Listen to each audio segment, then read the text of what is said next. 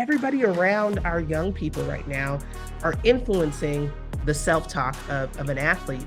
And so understanding that role and that responsibility, I think, is really important when it comes to self-talk, because the worst thing that we can do is just like, oh, you have negative self-talk.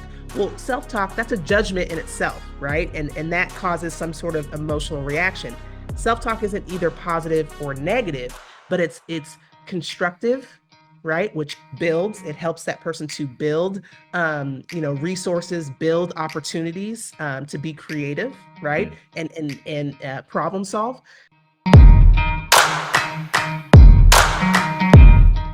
Thank you for tuning in. Thank you for listening. I am your host and coach, Tyler Johnson. And whether you've tuned in to elevate your mindset, your game, or just your day, you are in the right place. My guest this episode is a licensed clinical therapist with over 25 years in behavioral health and 12 years as an integrated healthcare CEO. In recent years, her practice has grown significantly in the digital health space, and in 2023, she created a first-of-its-kind social-emotional platform designed to improve the human health span.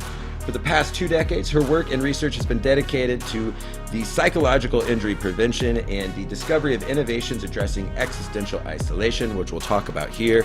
She brings a bio and wealth of knowledge that could almost fill an episode itself, as well as being an amazing basketball player herself in her career before injury, which we'll talk about. Please welcome to the Elev8 podcast, Bianca McCall.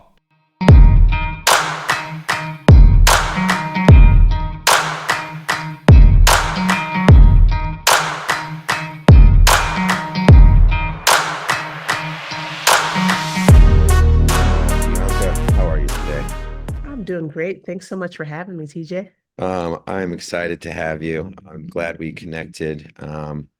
People always ask me, how do you find your guests? And sometimes they don't believe me that I just sometimes hit people up on social media that I find doing cool work. And I think we had that conversation of how do we get connected? I was like, I don't know. I think it was from one of your cool stories that you shared, Bianca. So, glad to have you. I wanted to those that don't know you, I've been following you for a little bit, but love for you to start with telling our audience a little bit about yourself and former Division I athlete. If you could start with kind of, what took you from being an athlete, and I want to come back to some of that experience as well, and what you led you into the work that you do now. Yeah, no, again, thanks for having me, and giving me the opportunity to kind of share the journey, right? I think in this day and age, that's I think that's good stuff, right? Where you can see kind of like 360 of an athlete and the journey, and see all the stuff that kind of goes into it. And for me, I've got one hell of a story, TJ. I Yeah. don't know how much time we got, but I've got one hell of a story. Um, how I became an athlete, much like, I think all of us, I was born. I was born into this, right? Yeah. It's in my DNA, and the fabric of who I am. It's how I approach life, even still today, in my retirement phase of my athletic journey. Um, but I was born into it for sure. My parents were in college when they met, and the story sounds really great, and I'm gonna let it sound really great and let them tell the other sides. But they were in college when they met. My dad played ball. Mom was a cheerleader and also a fierce competitor in softball. And they, those two competitive spirits kind of met, and then fire, and then me, right? And so I was born into it. Dad played ball.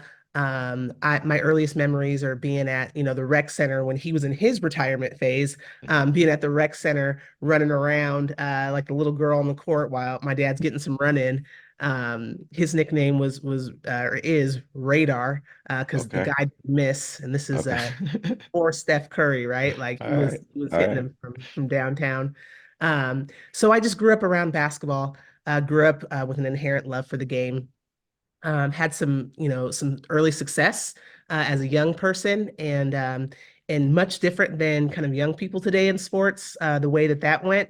But with the overall goal being the same, getting to college, getting somebody to pay for college Yeah. was my thing and my family's thing. And so I was on the road playing AAU ball, trying to get in front of coaches, trying to become visible. which was harder then without kind of all the platforms that they have Yeah. now to do that. But still some of the same challenges in terms of you gotta pay to play, right? You gotta be at a certain status to become visible, right? You gotta pay to go on those Yeah. trips, uniforms, all these things. And so, finances became kind of that divide. Mm. Um, and if I wanted to be elite and I wanted to get to the next level, I thankfully had kind of a whole squad off the court that were really invested in making sure I got there. So that's what I did. That was a part of my early journey. I got recognized. I was visible. I was ranked 11th in my recruiting class Yeah. as an All-American. I was living life like a rock star, and I was actually on an official recruiting trip to a university in on the East Coast, and I was playing some pickup ball with the girls. When they kind of like feel you out. I was playing great basketball, and I showed up. I showed out in the middle of it was a long run, probably like 11 games in. I go up to block a shot because I had just actually committed the turnover. I go up to block the shot, excuse me, and I felt everything in my left knee snap, TJ. Mm. On the way up, I tore my ACL, my MCL, and my meniscus. And I tell everybody this, and I need this to be emphasized. I still block the shot. Still block the shot. Got the. But yeah, I came down and I mean my entire identity as a young woman, as a young lady, my identity of sports, being born with it, having that in my DNA, I lost that and I grieve that. I grieve that hard. Um, and then I also lost materially, like the opportunities, Yeah. some opportunities to play, to have control over where I went, Yeah. because a lot of schools, they reinforce kind of a young person's and any person's worst worst nightmare, and that's, will people love me if I can't perform? Yeah. Will I be accepted if I can't perform? If I'm not pleasing, if I'm not, performing well? And the harsh reality was, no, we don't want you. No, we regret to inform you. Um, good luck to you. We hope to see you, on the other side type of thing. So I really suffered what I know now to be is kind of like a significant mental injury, right? Yeah. Psychological injury. But that's not what was addressed, at the time. It's how are we gonna get you back on the court? Are you still of value? Are you gonna be able to return? And this is late 90s, TJ, so Yeah. early 2000s. So it's when, for in the women's game, an ACL tear, it was like, we don't know if you're going to be able to come back. It wasn't as Yeah. advanced as it is Surge. today. Even yeah. Yeah. Yeah. Surgeries were not as smooth and predictable. Yeah, yeah. I got that old school long scar on my knee, like you walk around and you can tell somebody has an ACL surgery from a certain time period, and you're like, Yeah. yeah, you got the scar. Did You it got the different. scar. Yeah, yeah. So yeah, I went through that process, and I was my mental health was like seriously challenged. Losing my identity, and then being a young lady too at the time, like there was a lot, going on in my world. That contributed to that like fracture of my mental health. But nobody was talking about it. That was the biggest thing, and the biggest detriment is that um, a part of sports culture was not to have that conversation. Like, ask, Right. how are you feeling? Let's process what you've been through mentally, emotionally, spiritually. It was all the physical injury is what we were on the mend for.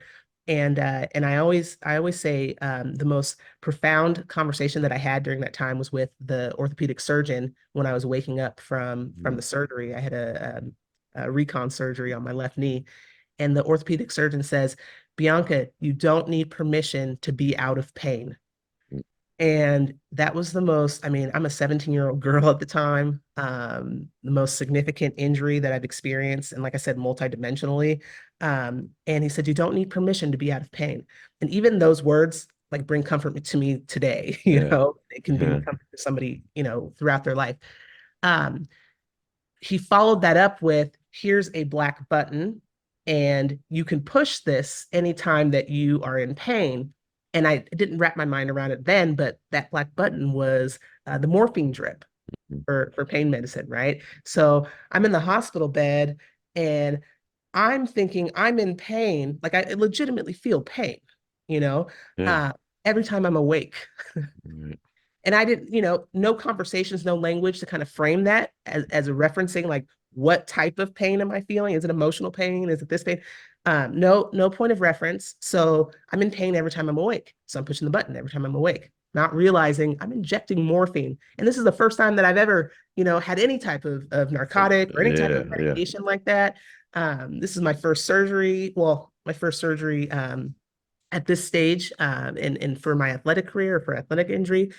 And so I developed, unbeknownst to me, I developed a chemical dependency, to the morphine, being able to use it so freely. Because this is back when insurance was like amazing, right? Like I could have spent like 2 whole weeks in the hospital. Yeah. Yeah. And I remember, I'll always remember this day, getting discharged from the hospital, and the docs were like, they had to pull me off of the bed because my hand, like I was wrapped on the bed rail saying, I'm not ready, it still hurts.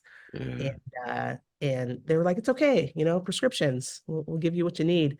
And 2 weeks after, I was discharged from the hospital and taking the medications, the prescription medications, I'd overdosed and I'd end up back in the hospital. And I woke up 2 days later, and another doctor who had known me for like all of 7 minutes, told me, from your suicide attempt, we think this. And that was really kind of the first time that there was language assigned to the mental health Mm. part of the struggle. And I adopted it because, us athletes, doctor says, coach says, trainer says, like we do, like, okay, it's suicide attempt. What do I have to do to get back on the court? So I adopted that identity for myself, not realizing then that there were some other contributing factors, right? When you talk about chemical dependency for one, Yeah. when you talk about a physical injury and what that does to mental health, it's going to increase and intensify anxiety, depression, things like that. Um, so yeah, I myself struggled with mental health challenges, and throughout my career, and that intensified, varied in nature as I went through things. I lost a teammate to suicide throughout my career. And that really affected me, kind of having the survivor's remorse, feeling like, how did I survive? Yeah. And she did not. So that took me throughout, I had a decorated career. And then there was that day, that dreadful day where I was at the decision point of, do I retire, right? Because I was coached so well to just focus on my job and just play, but then my body was breaking down, and the injuries from before, the psychological injuries from before, were not healed. And I faced that decision point with, I'm going to hang up the jersey, and then what do I do next? So that's kind of how I think lightning struck, and we ended up, kind of connecting. Is you are able to see kind of what I'm doing next. Yeah. Yeah. And so tell us a little bit about mental and kind of what you're doing. The best way I described it to others, I said, it's like mental without the vowels. And I Yeah. think they're impressed that I know what vowels are. So um, tell us about, yeah, reach in now and mental and what you're aiming to do to amplify. Uh, I'll let you talk. Yeah. No, and of course, shout out to all the amazing institutions of higher education, that we were able to be a part of, right? For knowing vowels. So Yeah, yeah, yeah. cool. That's cool. And Go Mental, it's actually an acronym. That's why there aren't the vowels in mental. And which is another kind of like intellectual whoa, But so I at that decision point when I retired, I decided that I wanted to dedicate, my second act of life, to preventing these tragedies from happening, the tragedies of suicide, ultimately, all mental health crises that kind of result in violence against self and others, and then not having a safe platform to be able to talk about it. So I knew that that's what I wanted to do. In a really fun story that I'll tell you on the next podcast episode, I end up in Las Vegas, Nevada, out of all places in the world, and with plenty of work to do, right, in the mental health space. So I continued my education, got master's level licensure to be able to do clinical psychotherapy work. I Mm, opened up an integrated behavioral health clinic. Integrated just meaning I got doctors, I got nurses, I've got techs, I've got a squad, I've got a team. yeah. That's how I'm used to operating. And so we ran that starting in June of 2011, and I focused on suicide prevention. I focused on those crises. I focused on the groups and the populations that were not talking about it the most. And so I got some great experience. I got to study under some remarkable, clinicians and theorists and professionals, and I developed this affinity for in preventing that. I wanted to prevent mental injury, and I wanted to prevent something called existential isolation, Mm, which I have found to be a leading cause in mental health crises. And existential isolation is that idea that nobody understands, your experience. And when you talk about like elite athletes, for example, our experiences, we're the less than 1%, right? That have competed at every level. So our experiences are unique, right? That means that 99.9% of the world has not shared in those experiences. So it's really easy, right? We're at yeah. higher risk of existential isolation. Um, and so I have been determined to realize creative ways and innovations to be able to intervene on existential isolation and prevent us from experiencing that level of despair that takes us out of the game, takes us away from the sport, and worst case, takes so many lives each year, right? Yeah. Especially from young people. So that's what I developed in my programming with our company is I developed curriculum and training and workshops, these innovative innovations, leveraging technology and things like that, to be able to support kind of the ongoing research as sports have evolved, as athletes have evolved, as we've been able to identify, we've gotten smarter, right? AI Yeah. and things like that.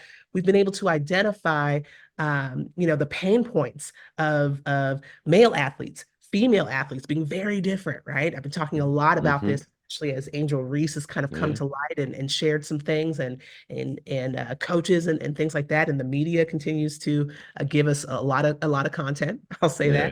that. So I developed, this programming that I offer and I deliver to collegiate clubs, to professional associations, to amateur clubs, right? Starting young as middle school, and working with these athletes and these families, and working with performers. I really found that the language really applies to all of us who are performing all of these roles.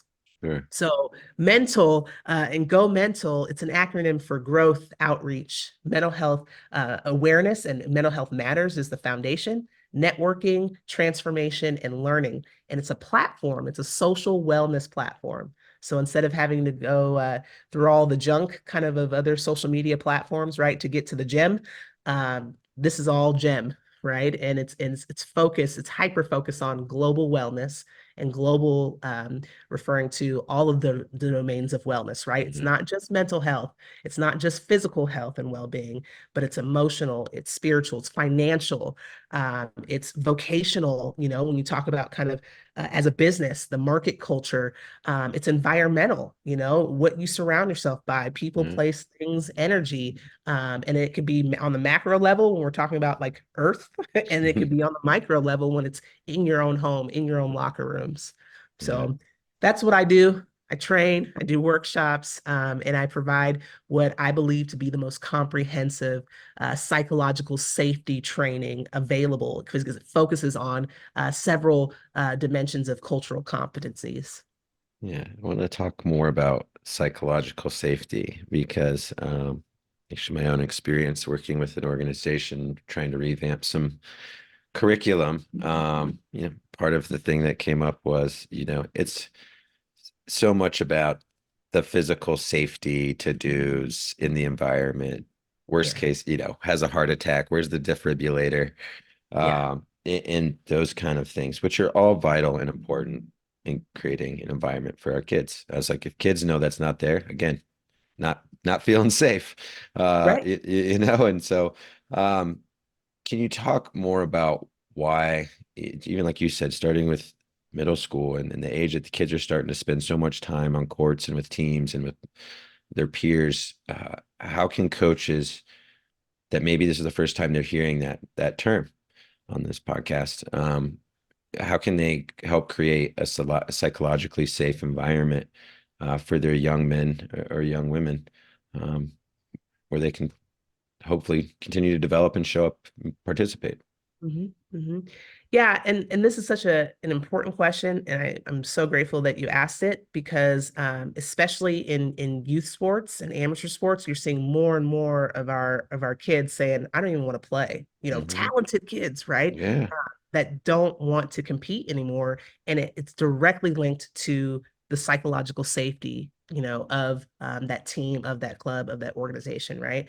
I think for coaches to kind of understand this term, really relate it to, how do you coach the sport or the game, that you do, right? That you manage. Um, when you're motivating your athletes and your teams, you're starting with the why, right? You're lighting that fire inside that athlete to get them to perform optimally, right? Or at the level that you need them to and play their role and buy into the system. So it's the same thing with psychological safety is let's start with the why, which is safety, right? What is the outcome that we want in terms of safety? Is safety just merely we don't want any type of critical incidents? We don't want kids to quit, or is safety, which this is, I'm going to just give you the answer. It's the latter, right? Safety, psychological safety is our kids, our entire organization, really. It's the athletes, it's the coaches, it's the trainers, it's the entourage, right? So the family, the fans, everybody needs to feel safe enough, one, to explore and discover about themselves when they are and are not at risk of a mental health crisis, right? So it's identification is a piece of that safety. Some of us don't feel safe enough to even discover, right? What our signs, what the warning signs are Mm, of our stress, because we don't want to admit it, mm, because our self-talk is so destructive and deconstructive that we stop ourselves from even identifying there's a problem. You know, um, I think about an athlete who's having panic attacks that you tell them, this is really symptomatic of a panic attack, and they say, like I'll punch you in your neck, dude. Like I am not having a panic attack. Like I'm just dying, like we don't, there's this barrier to self-identification. So we have yeah. to create an environment that encourages and supports any stakeholder group within the sports ecosystem to be able to identify, right? And then there's the accessing the resources and the supports, right? The Mm, help seeking behavior. We have to feel safe enough to engage in that help seeking behavior. So that's the safe enough to be able to say, bro, sis, like, coach, I need some help, man. Like, I'm not doing well. yeah. Are you hurt? Or are you injured, McCall? Yeah. I'm hurt, and I'd like to be able to heal, so I can be 100%, Yeah. or hey, I'm injured and we need and in the physical sense that surgery or that treatment, Yeah. but in the psychological sense, what do we need? I need relationship and connection to be able to identify what is the best treatment plan for me, because it's not the Yeah. same for everybody either. Right. So psychological safety, like I said, in the way that I define it and the way that I teach it is ultimately, yes, we don't want any critical incidents, right? Mm, Involving, harming our athletes, our young people, harming anybody within the system. That's absolutely the number one goal. But it's multi-layered. We've also got to take a look at how safe are they in self-identification and help-seeking behavior, because that's going to be that makes you the trusted messenger to help them get connected with the yeah. resources and supports they need. You brought up one of my favorite things to talk about there, self-talk. And can you talk about how important it is for coaches and athletes to, one, recognize and develop and strengthen that voice? because most athletes I talk to, I'm like, you know that other one, right? That one, the negative one. They're like, Yeah, yeah, yeah. I'm like, yeah. but they're a little less familiar sometimes with the other side that they can combat that with. But can you talk about how that conversation that we're continuously having with ourselves is so important, and how we can maybe sometimes direct which one we're listening to? Yeah, yeah. No, and I think that's a great way to put it is directing, right? We're doing our own coaching for ourselves, right? And it's a great segue into kind of the origins, right, of our self-talk. Our self-talk is actually it's already developed and it's already very strong, right? It's what influences our self-talk that we need to really manage, right? And Yeah, we need to turn the switch on and develop, or I'm sorry, direct, as you put it. Um, our self-talk, a lot of times, like in crucial years of our development, just as human beings, like when you think about the years where you have the memories that like these things changed my life, or these things really, made me who I am today. Likely the adults that were in your life at that time, those are the voices, or they heavily influence the voice that is your inner dialogue, that narrates your inner dialogue, that narrates your self-talk, right? So if your parents were pushing you, or your coaches when you were young were pushing you in certain ways by certain means and methods, that's likely how you talk to yourself now. yeah, And I'll tell you straight up, I'm going to give a shout out to Coach Pitt at Boise State, who is a lot influenced my self-talk so much that that's how I talk to myself when I look in the mirror, like McCall, like, are you trying to look good for spring break, or are you trying to look good to get these rebounds and get, yeah, so like that's those influential people, right? And coaches and it's even, like I said, it's trainers, it's like everybody shares in that responsibility, referees, yeah, right? The media, like everybody around our young people right now are influencing the self-talk of an athlete. And so understanding that role and that responsibility, I think, is really important when it comes to self-talk, because the worst thing that we can do is just like, oh, you have negative self-talk. Well, self-talk, that's a judgment in itself, right? And that causes some sort of emotional reaction. Self-talk isn't either positive or negative, but it's constructive, right? Which builds, it helps that person to build resources, build opportunities, to be creative, yeah, right? And problem solve. Self-talk can be deconstructive, which is unbuilding, right? So it's you got the building blocks, you put two up. Deconstructive is you take away one, right? And you got to always have double the constructive in order to keep a positive balance, right? yeah. Simple math. Not great at math, but that's as good as it gets. And then self-talk can be destructive, which eliminates opportunities. It destroys opportunities. And there's certain destructive coping strategies and things, like substance abuse and any type of abuse, when you talk about physical, Yeah, emotional, mental, like any traumatic kind of injury is usually causes destructive self-talk. So the reason why I kind of break it down like that is again, not great at math, but like I'm gonna speak in formulas, right?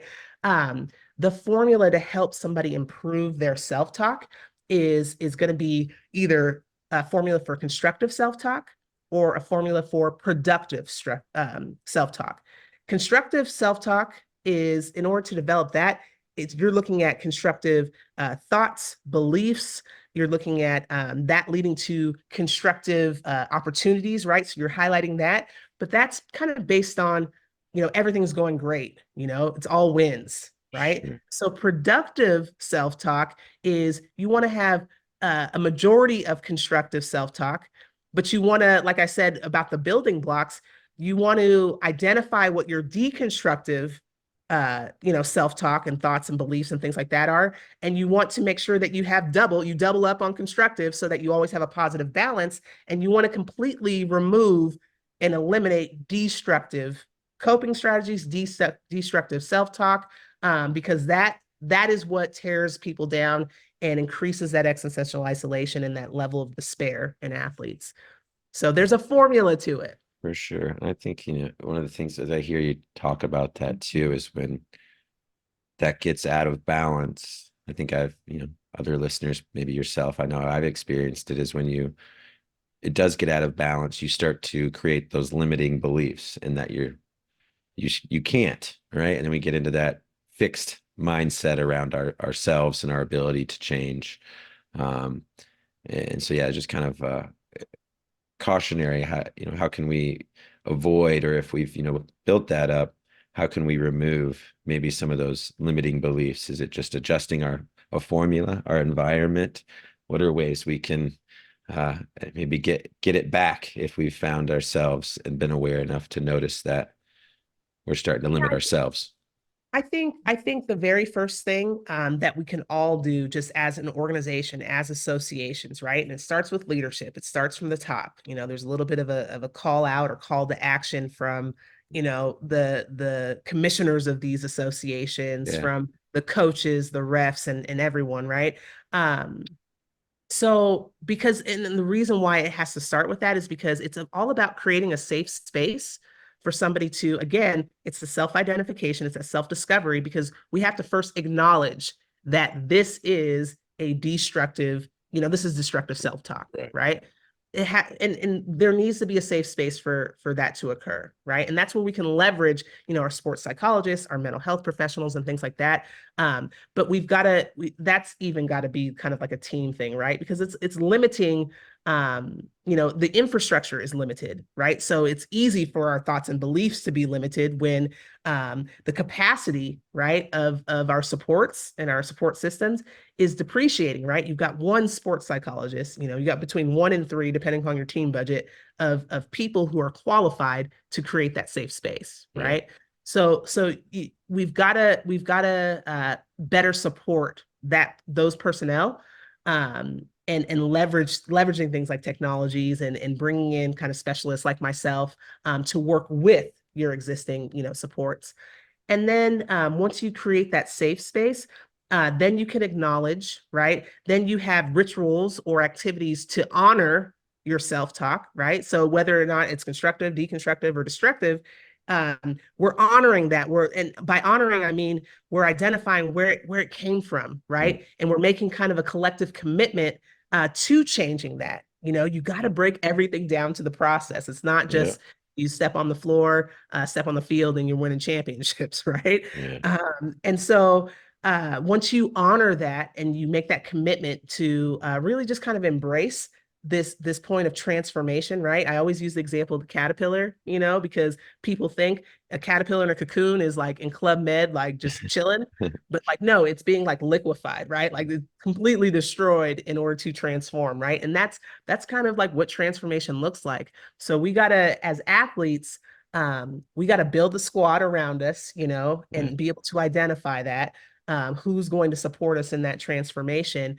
And then we move forward with those activities. And for some of us, it's everything that we consume, affects or influences our self-talk. And consumption is not just food and substance. Consumption is, I brought it up before, people, places, things, yeah, energies. So it's becoming a master manager of all things that we consume, and anything that contributes to constructive thoughts, constructive beliefs, constructive experiences. That's who we're keeping. And like I said, breaking it down to a science of, I want two of you. For me, I need a guard. I need a shooting guard. I need a point yeah, guard. Somebody get me to the rock, So you yeah, build your squad from there. yeah. And one of the other things I wanted to get you to speak a little bit on is the importance of uh, integrating it really within a program or team. And I think I've been in that role sometimes where a coach will bring me over and I've had some conversations with an athlete and they'll be like, what's wrong with him? Hmm. And they expect you like like a one sentence, and it's like, we got time for it all right now, coach. Like, he's out there, encourage him right now. Like, but it's sometimes very hard to, that's what I found is so important, to have that understanding of at least be able to say, hey, coach, there's a lot going on right now. We're gonna have to talk a little bit more later after practice, right? Mhm. And have an interest that follow up is important to that athlete in person and to the moment. Can you talk a little bit about how great organizations or teams, coaches do integrate the importance of our mental wellness and mental well-being? Hmm.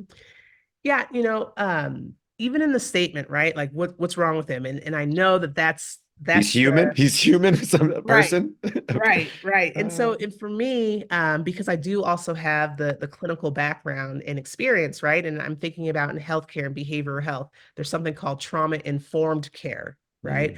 Mm, That recognizes, what's going on with people, right? And one of the premises of trauma-informed care is that you stop asking what's wrong with you and you start asking what happened to you, right? yeah, And so I'm gonna kind of I think that runs parallel to that question. um is that we're training coaches, we're training these trusted messengers within the ecosystem yeah, to stop asking what's wrong and look at what's happened. What was the course of action that led you to this point? I think it first has to be celebrated that the coach or that person recognizes that something is off, right? Because yeah, that's a sign of a great coach, yeah, to be honest. um, and then the sign of an even greater coach, a GOAT coach, is that they're going to ask, what happened, yeah, yeah, instead of what's wrong. And shifting that language, because language is so important in creating psychological safety, especially. Shifting that language just a little bit is can do like a world of there's a world of benefit, world of success behind that. And I think in terms of integrating it into systems, there's got to be that training. Like I said, yeah, you have to break it down to a science. I've got to get in and meet with the coaches. I've got to get in and spend a couple of hours doing workshop and teaching them these little shifts yeah, in language, teaching them that how to leverage their skills and their talents and their know-how as coaches, and create kind of like little buckets, right? Like as a coach, like first quarter, these are the plays that you're going to run. If the defense does this, this is what you're going to do on the offensive end. Like coaches are the best to be able to actually do this, right? Because they already have that brilliance, of their mind, of their thinking, of the way that they look at competition and adversity. And so it's the same thing with psychological safety. Is first quarter, when we notice this is a first quarter sign and symptom. This is going to be what we say, what we do, who we get connected with in first quarter. Well, this is a fourth quarter symptom. yeah, So this is what we got to do when they're in the red zone. Like our defense has to be stacked over here. So it's really drawn up plays for different points of what happened to your athlete. yeah.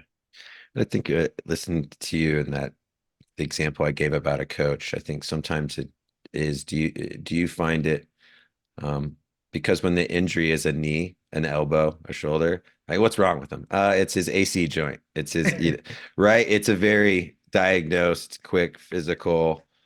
And then the coach has some understanding of what that shoulder injury is going to take. Where when we get into the ones we can't see, the ones we can't assess as easily and as visibly, um, or feel, in your example, in the moment after you got the block. Um, it, but I think, goes to say, to your point, about how important language is. And one thing I've always kind of told coaches, and you're way more of an expert than I, is simplify but expand. Yeah, yeah, Simplify what you're saying, but expand to be more specific, or expand to be more curious. yeah. Um, what do you think about when you share that with you? Yeah, I mean, like I said, I think it's really relevant to how they coach the game, right? Like when you notice something about your game plan needs to be tweaked in that moment. If it has to do with kind of like a fundamental issue, you're already thinking, this is how I need to adjust right now in real time, in game time. But next practice we're doing all the, what I mean, like they've already planned out kind of the next practice, or when the game ends, this is what we're going to do outside of competition. So I think it's really kind of the same thing. I think the answer is the same as far as um we've got to better equip our coaches and our trusted messengers with game time responses, and then what happens off the Yeah. outside of competition. Yeah. You brought up great women's basketball on tonight, by the way. right? Yeah. If you're listening to this, you're probably the Yes. games are probably over. But the you brought up Angel Reese earlier, and I think uh, that held me back to watch her speak recently because I, the combination of I think and that's what I wanted to hear you speak on a little bit is the strength and influence of some of the media that surround young people, especially in a college environment that are still don't have their full executive function formed. They're developing. Now we're getting some money thrown at them. Um, these factors that are very complex. Um, yeah, it kind of broke my heart to hear her speak because I think people in media we make kids out to be certain things, Yeah. and to hear her teammate speak to who she was touching. Hmm. And can you talk a little bit about how kids, especially a high profile athletes like that, are Yeah. expected to navigate things that I don't think many of us had to due to technology, Hmm. but many of us, even like yourself, I'm sure as Angel has, still experience racism, Hmm. and being objectified in the things she brought up. Hmm. Um, can you explain to maybe coaches, adults, people that don't get how different of an environment it is for young people to compete at a high level? Yeah. And I think even a step further, women in sports or young women in sports, it's a very different 100%. experience 100%. than young men in sports. 100%. Um, think about this in terms of like gender expression. Um, Society and the media certainly perpetuates this idea as well, but society for young women, they demand that we are feminine, that we are sexualized, Mm, objectified in society outside of competition, right? We are these that's where our value is, right? And when you see like NIL contracts and all these things, it's there's this underlying obligation to allow yourself to be objectified, right? And for the betterment of the brand, to market the brand. yeah. Um, and But on the court and in competition, and our coaches certainly, like I brought up Coach Pitt, who's like, you trying to look good for spring break, or you trying to, get Yeah. these rebounds, do these squats. Um, in competition, it's draw towards the masculine energy and be a beast, McCall, get out there and case some A, Yeah. be a beast on the court. So there's this dichotomy of femininity, masculinity, right? When you think about your gender expression. And I think men in sports, young men in sports experience this to a degree of um, you've got to be, overly kind of masculine, and that's where it comes to like, don't talk about your feelings, Yeah. like, it's Don't very show healthy. disappointment. Yeah, like in all of that. So I think young men also experience this, where there's this, it's how you express your gender, your gender Mhm. identity. And I'm not talking about, you know, romantic preferences and all this other, like it has Ah, nothing to do with that. It yeah. has everything to do with how you express it and for the betterment of marketing and Yeah. growing your sport versus winning and championing at your sport. And so I think Angel Reese, she exploited and uncovered for a lot of us just those differences, right, in women's sports and what they have to go through. And as a young person, I always tell, like when I in relationship to my story, um, my first job as a young person was for a multi-billion-dollar industry called the Mm, NC2A, like I had other jobs, like as a yeah. teenager, like just little stuff, but like I was always training and competing, and so that was my focus. So my first real job, right, and Yeah. growing and going into adulthood was for a multi-billion-dollar company. So think about that. If you're an employee of a multi-billion-dollar company, the expectations for you are that much higher. When I worked at Corn Dog on a Stick, like they weren't expecting me to do a whole lot, but Yeah. like going into NC2A, it's like, McCall, I don't care what you're going through. I don't care what life experiences you have outside of this. You play basketball, like, and you play basketball well for the name on your chest.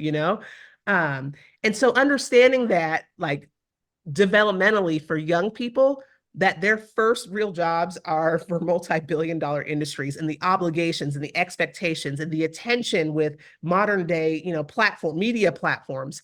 Yeah. And then also, like, I've been talking a lot about, and I do want to say, please follow me on at Reach In Now, because this is what I talk about all day. Yeah.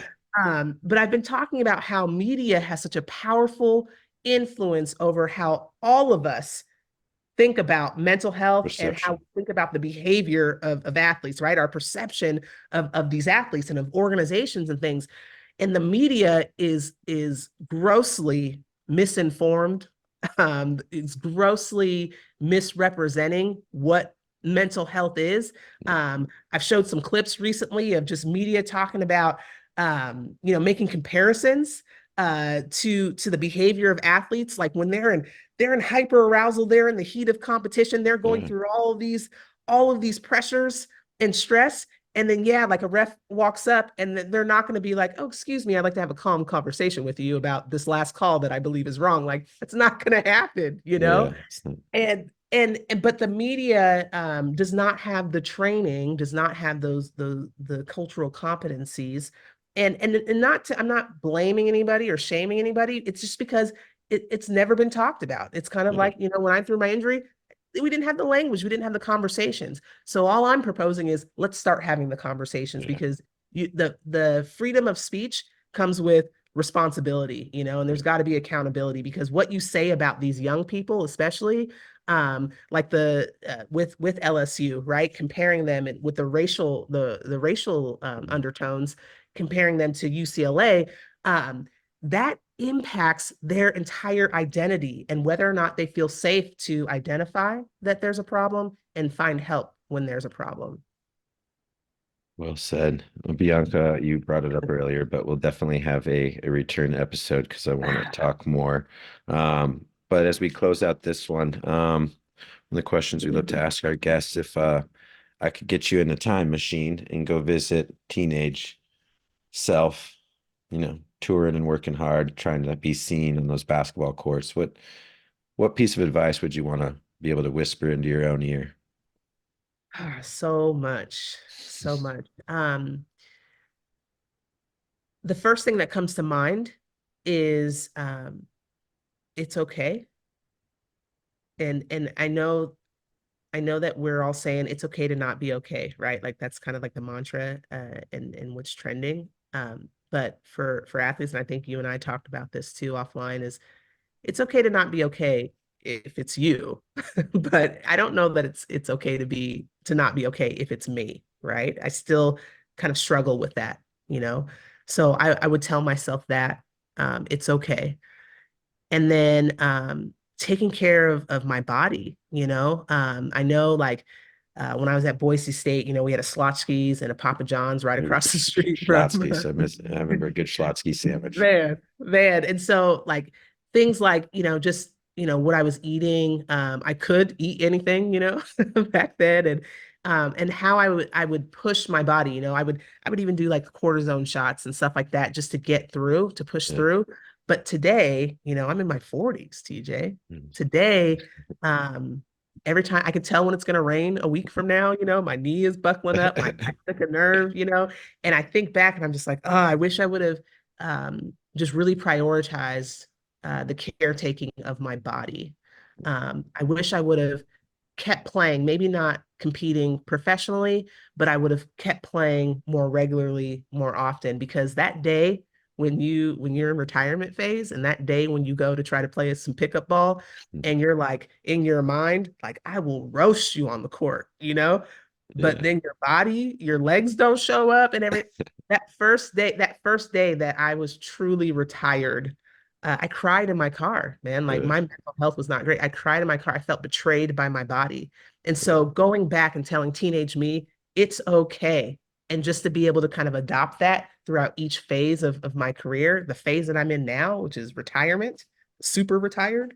Um, you know, having that mindset, I think is so important, that strength of concept that it's okay, you know?